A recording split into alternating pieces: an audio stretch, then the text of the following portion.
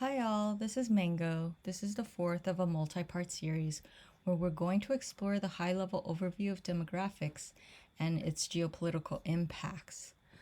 Finally, we're getting to a couple of case studies.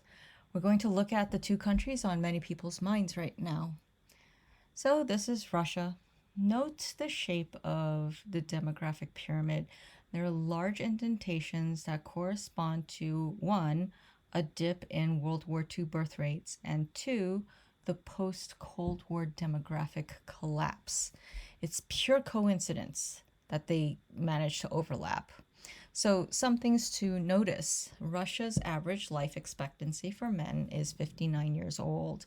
My understanding is many drink themselves to death. Zihan talks about how in the mid 1980s, the USSR's technical education collapsed. They and the US were engaged in a financial sprint to see who could spend more on their military. The USSR started cutting budgets elsewhere, such as education, in order to funnel those funds into the military. So the youngest cohort with technical training is 60 years old. And remember, their life expectancy is 59.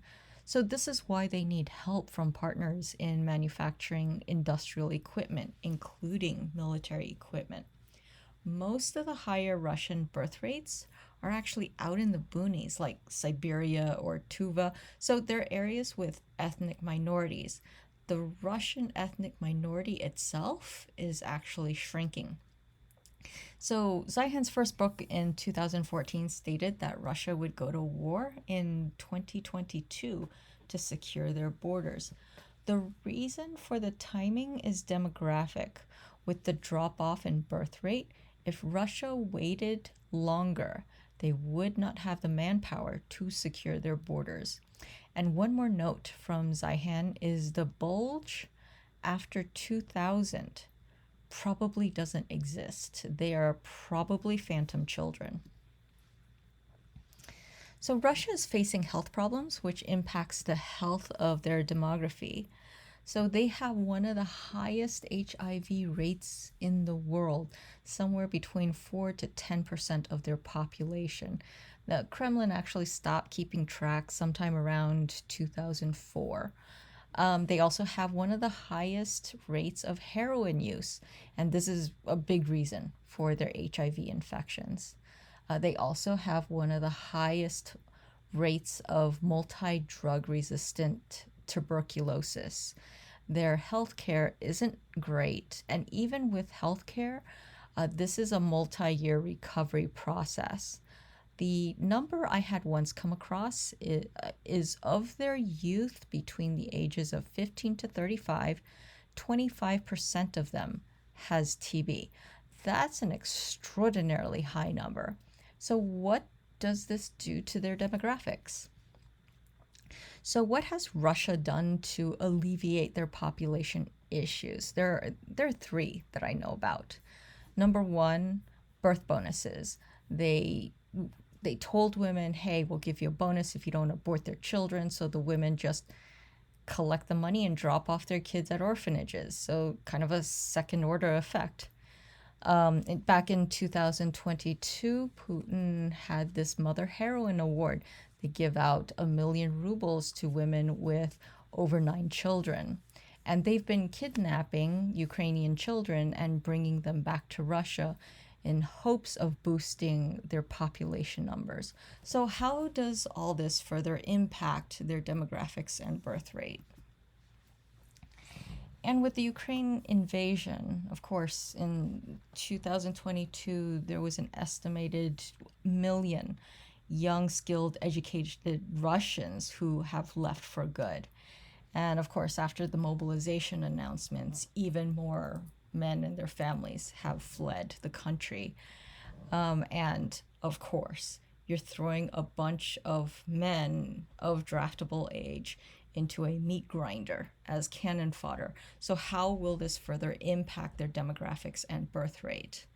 So, because of these demographic challenges, Zihan asserts that no matter the outcome of this conflict, this is Russia's last conventional war.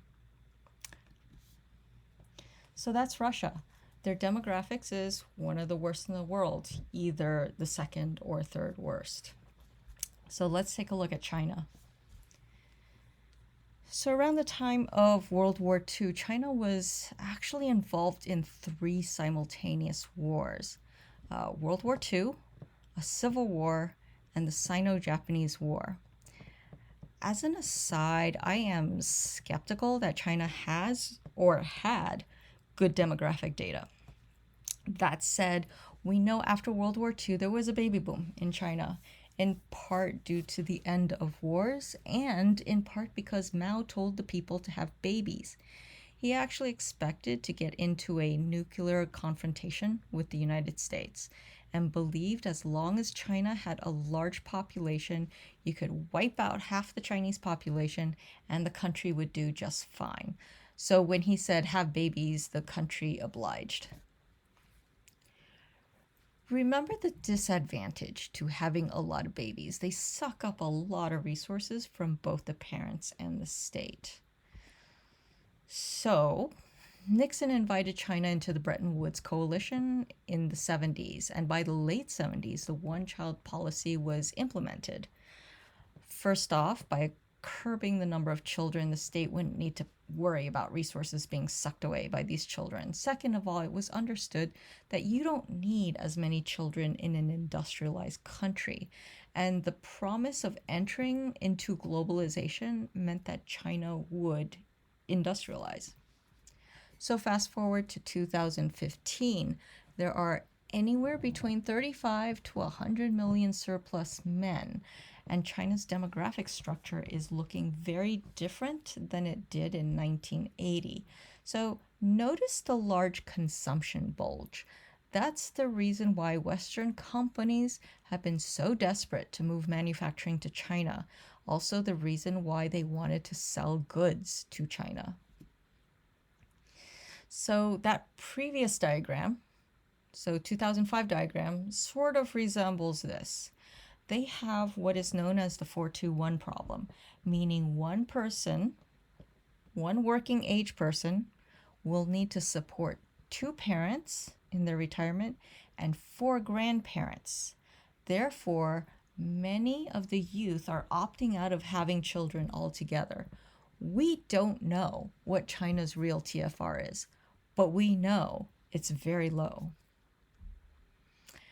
So the UN has predicted that China's population will drop by half by 2100.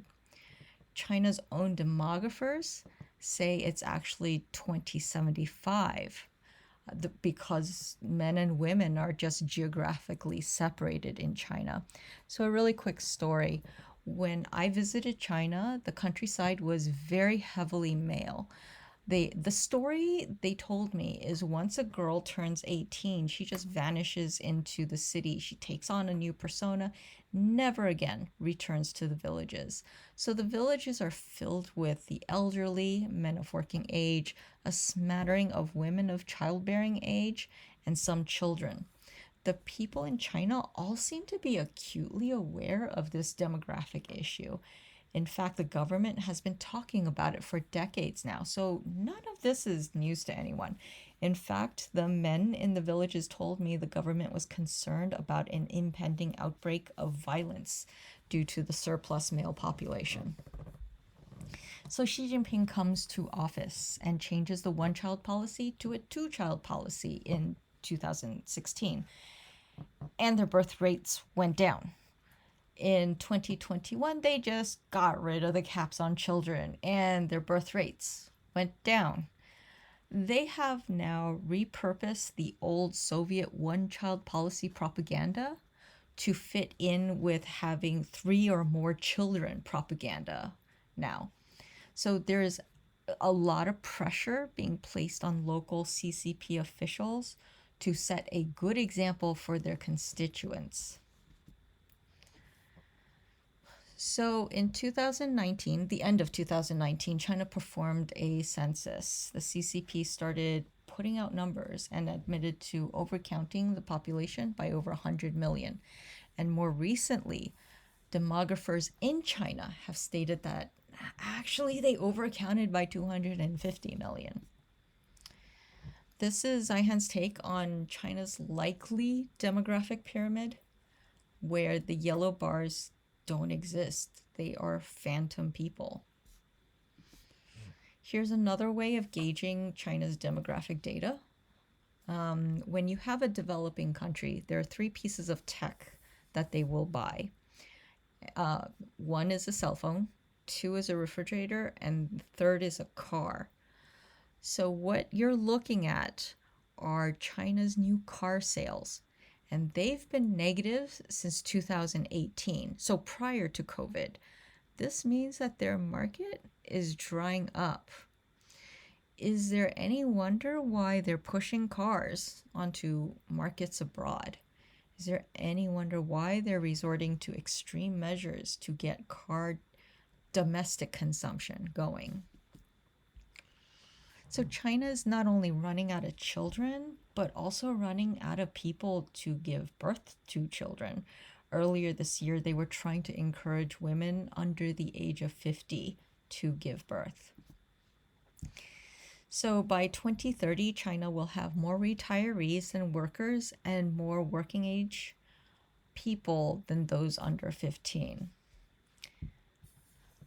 So many China watchers believe we're fast approaching a time when China will resort to having a forced birth policy. Okay, so all this has been a thesis in support of the idea that demography is destiny.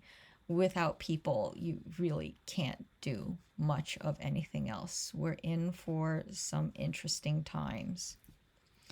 All right, so those were the case studies. I have bonus content on inflation, which I might save for the next meetup, or we can talk about it when we meet on Saturday. See you on Saturday.